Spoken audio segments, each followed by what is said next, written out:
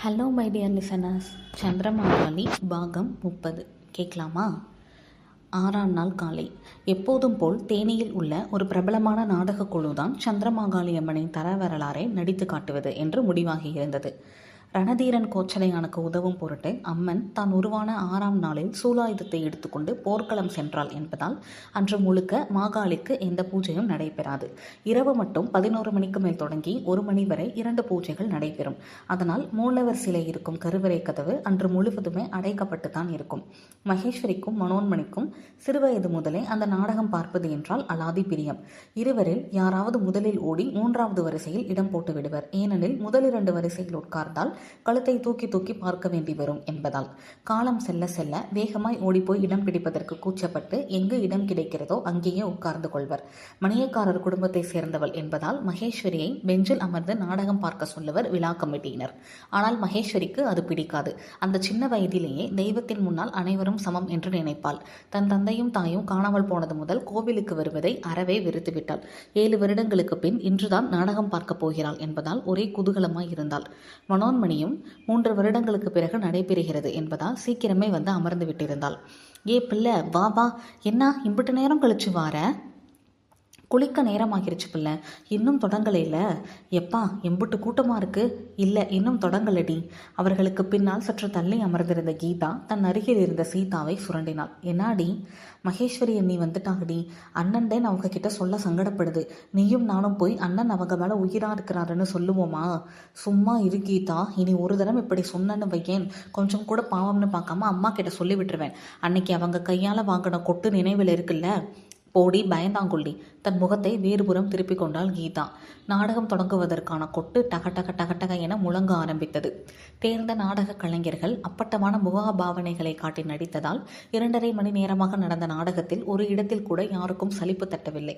கடவுள் வாழ்த்து பாடி நிகழ்ச்சியை அவர்கள் நிறைவு செய்ய கோகிலாபுரத்து மக்களின் கரகோஷம் விண்ணை பிளந்தது. அடுத்த நாடகம் மாலைதான் என்பதால் கூட்டம் கலைய ஆரம்பிக்க மனோன்மணியிடம் சாயங்காலம் பார்ப்போம் என்று சொல்லி விடைபெற்று தன் சித்தியை நோக்கி நடந்தாள் மகேஸ்வரி. சித்தப்பாவும் சித்தியும் ஒரு வயதான தம்பதியரிடம் தீவிரமாய் பேசிக் கொண்டிருந்தனர். வாத்தா, இதுதான் எங்க அண்ணன் மக மகேஸ்வரி. ஆத்தா, இது சங்கரலிங்கம், அவங்க காமாட்சி.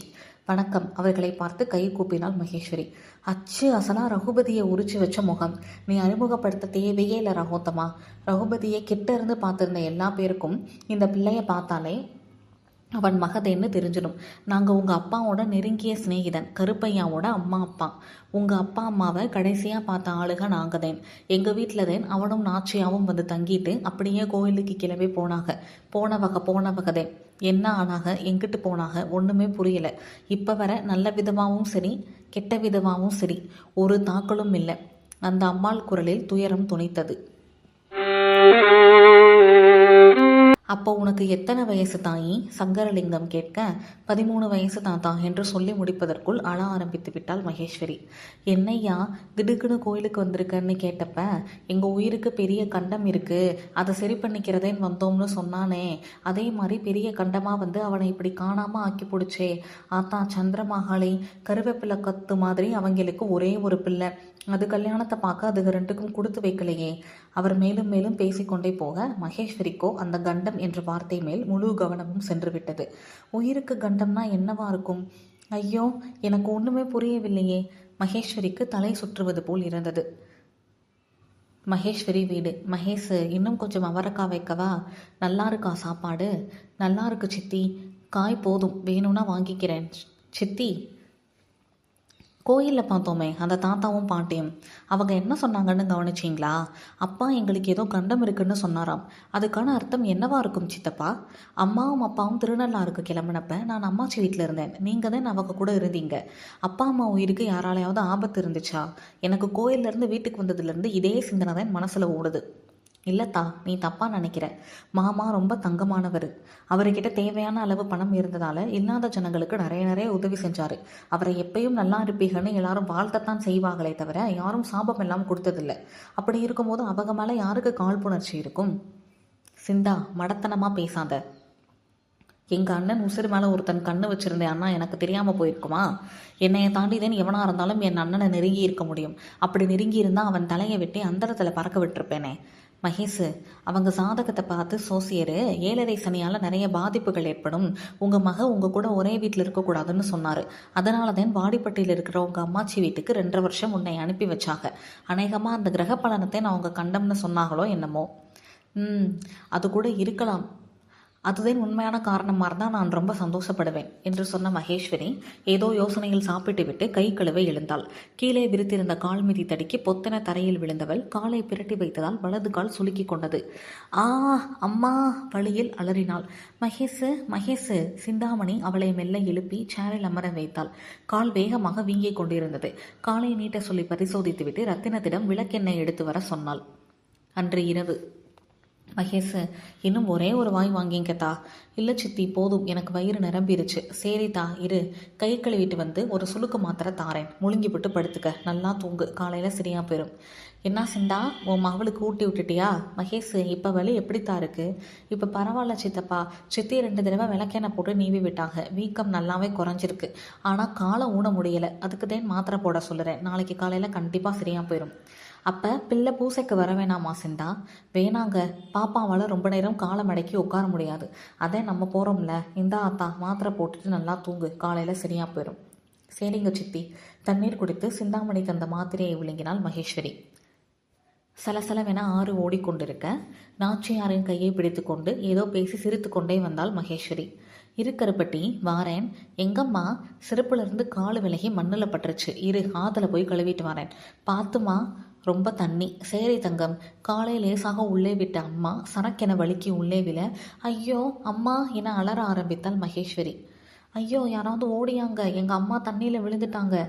சுற்றும் முற்றும் பார்த்து கொண்டே கண்ணீரோடு குரலை எக்கி எக்கி கத்தினாள் மகேஸ்வரி. ஆனால் பலன் இல்லை. அவளது கண் முன்னாடியே நாச்சியார் மூழ்க ஆரம்பித்தார். அம்மா, அலறி எழுந்தாள் மகேஸ்வரி. முகம் முழுக்க வியர்வை. ச்சே, என்ன ஒரு கொடூரமான கனவு. அதே நேரம் அறையின் வாசலில் ஏதோ சத்தம் கேட்டது. காலை தரையில் வைத்து மெல்ல இறங்கினாள். லேசாக வலித்தது. கதவருகே போய் திறந்து பார்த்தாள். ஒன்றுமில்லை. கதவை திறந்தால் போலவே வைத்துவிட்டு பாத்ரூமுக்குள் சென்றாள்.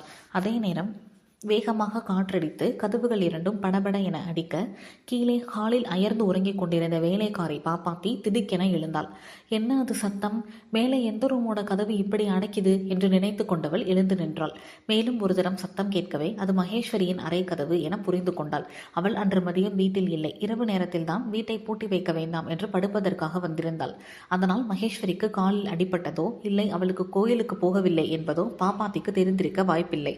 ஹாலில் தொங்கிக் கொண்டிருந்த பெரிய சாவி கொத்தை எடுத்துக்கொண்டு மாடிப்படிகளில் ஏறினாள். விரிய திறந்து கிடந்த அறை கதவின் முன்னால் வந்து நின்று இறுக சாத்தி சாவி கொண்டு பூட்டினாள். அவள் அந்த பக்கம் சென்றவுடன் பாத்ரூமின் உள்ளிருந்து வெளியே வந்த மகேஸ்வரி பூட்டியிருந்த கதவை ஆச்சரியமாக பார்த்தாள். திறந்து வச்சுட்டு தானே போனேன், ஒருவேளை காத்துக்கு சாத்தியிருக்கும். அவளாகவே ஒரு தீர்மானம் செய்து கொண்டு கதவுக்கு தாள் போட்டுவிட்டு படுக்கையை நோக்கி நகர்ந்தாள். இத்தனை வருஷமா இல்லாமல் இன்னைக்கு மட்டும் ஏன் இப்படி ஒரு கனவு வருது?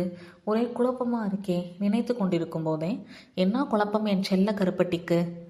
அம்மாவின் குரல் கரகரப்பாக மிக அருகில் கேட்க சரேல் என திரும்பி ஜன்னல் பக்கமாக பார்த்தாள். இத்தனை நாள் தூரத்தில் நின்ற அம்மா என்று பக்கவாட்டு முகம் தெரியும்படி. ஆகட்டும், இன்று என்ன வேண்டுமானாலும் ஆகட்டும். பயத்தை தள்ளி வைத்துவிட்டு அம்மாவின் அருகில் போய் நின்றுவிட வேண்டும். வேகமாக கதவை நோக்கி போனவள் தாளை விலக்கி கதவை திறக்க முயன்றாள். முடியவில்லை. கதவுதான் வெளியே பூட்டப்பட்டிருக்கிறதே. கருப்பட்டி, இங்க வா தங்கம், அம்மா கிட்ட வா. எனக்கு கொஞ்ச நேரம்தான் இருக்கு. அம்மாவும் அப்பாவும் தண்ணியில் முங்கிட்டேன், செத்து போனோம். எல்லாம் எங்க விதி. அம்மா தலையில் அடித்து கொண்டு அழ ஆரம்பித்தார். அம்மா, அம்மா. மகேஸ்வரியும் கண்ணீரோடு கதறினாள். உனக்கு கல்யாணமாகி நீ சந்தோஷமா இருக்க போற. நானும் அப்பாவும் அதை நேராக பார்க்க கொடுத்து வைக்காட்டியும் அரூபமா பார்த்து ரசிப்போம். எப்பவுமே உன் கூடவே இருப்போம். உன்னை இப்படி தவிக்க விட்டுட்டு போனதுக்கு எங்களை மன்னிச்சிரு. நீ தெளிவான மனசோட நிம்மதியா இருக்கணும் தங்கம். சொல்லிக்கொண்டே அம்மா தன் கையை நீட்டி மகேஸ்வரியின் கையை தொட முயல லொட் என்ற சத்தம் கேட்டது. என்ன சத்தம் அது என்று அவள் திரும்பி பார்க்க அவள் குடிப்பதற்காக வைத்திருந்த தண்ணீர் செம்பு கீழே விழுந்து உருண்டு கொண்டிருந்தது. மீண்டும் ஜன்னல் பக்கம் திரும்பி பார்க்கும்போது அம்மா அங்கு இல்லை. எப்போதும் அவர் மேல் வீசும் பிரத்யேகமான வாசம் மட்டும் கமழ்ந்து கொண்டிருந்தது. வேதனை தாங்க முடியாமல் அம்மா அம்மா என்று கதறி அழ ஆரம்பித்தாள் மகேஸ்வரி. வருவாள்.